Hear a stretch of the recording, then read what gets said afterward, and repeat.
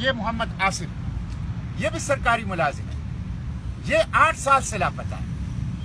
یہ ان کے بھائی ہیں، 2 بھائی، ایک گھر سے 2 بھائی، یہ رشید بلوچ ہیں۔ ایک گھر سے اگر 2 نوجوان بھائی غائب ہیں تو آپ اندازہ لگا لیں وہاں ہر صبح سوگ ہے، وہاں ہر شام ماتم ہے، وہاں غم کا مستقل بسیرا ہے، دکھ اور درد کا مستقل بسیرا ہے۔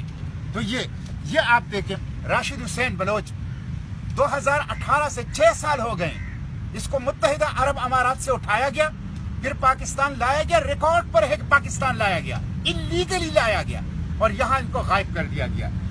اسی طرح یہ آپ دیکھ لیں جہان زیب لاپتہ ہے، سالوں سے لاپتہ ہے۔ تو یہ نوجوان، یہ قوم کے بیٹے، یہ پیارے، یہ ظلم ہے کہ ان کو آپ 10 سال سے جبری طور پر لاپتہ کریں۔ اگر انہوں نے کوئی جرم کیا ہے تو آپ عدالت کے سامنے پیش کریں، قانون موجود ہے، عدالت موجود ہے، آپ ثابت کریں، سزا دیں، کوئی آپ کے اوپر تنقید نہیں کرے گا۔ لیکن جب آپ جبری طور پر لاپتہ کرتے ہیں، اس کا مطلب ہے بے گناہ ہے، اس کا مطلب ہے جرم کا کوئی ثبوت نہیں ہے، اس کا مطلب ہے ریاستی دہشت گردی آپ کر رہے ہیں، اس کا مطلب ہے عدالت کو نہیں مان رہے، اس کا مطلب ہے قانون کو نہیں مان رہے، اس کا مطلب ہے بشری حقوق کو آپ قتل کر رہے ہیں۔ تو یہ ظلم نہ کریں، یہ ظلم ہے۔ آپ نفرت کے بیچ بو رہے ہیں، آپ دشمنی کے بیچ بو رہے ہیں، آپ بدامنی کے بیچ بو رہے ہیں۔ تو یہ نہ کریں، یہ نہ کریں، یہ ظلم ہے۔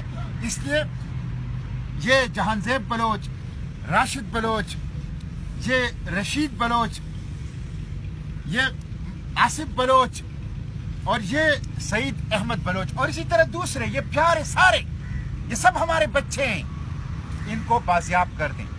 میں ایک دفعہ پھر حکومت سے کہتا ہوں کہ اس ظلم کو بند کر لیں۔